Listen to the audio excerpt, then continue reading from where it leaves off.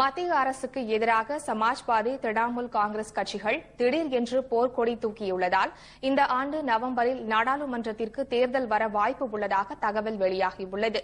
இலங்கை தமிழர்கள் விவகாரத்தில் மத்திய அரசுக்கு அளித்து வந்த ஆதரவை திமுக விலக்கிக் கொண்டதால் ஆளும் ஐக்கிய முற்போக்கு கூட்டணிக்கு பெரும்பான்மை பலம் இல்லை என எதிர்க்கட்சிகள் குற்றம் சாட்டி வந்தன.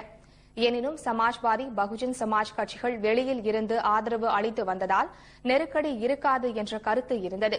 ஆனால் முலாயம் சிங் மற்றும் மம்தா பானர்ஜி ஆகியோர் தங்களுக்கு மாநிலங்களுக்கு மத்திய அரசு போதிய நிதி ஒதுக்கவில்லை என்று புகார் கூறி வந்தனர்.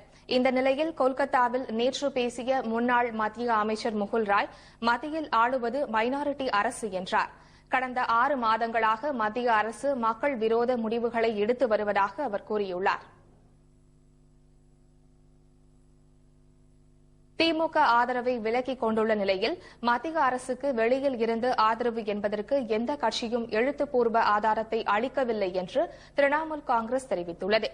இந்திய கம்யூனிஸ்ட் மற்றும் மார்க்சிஸ்ட் கம்யூனிஸ்ட் கட்சிகள் நாடாளுமன்றத்திற்கு தேர்தல் வந்தால் அதனை சந்திக்க தயார் நிலையில் உள்ளதாக அறிவித்துள்ளன.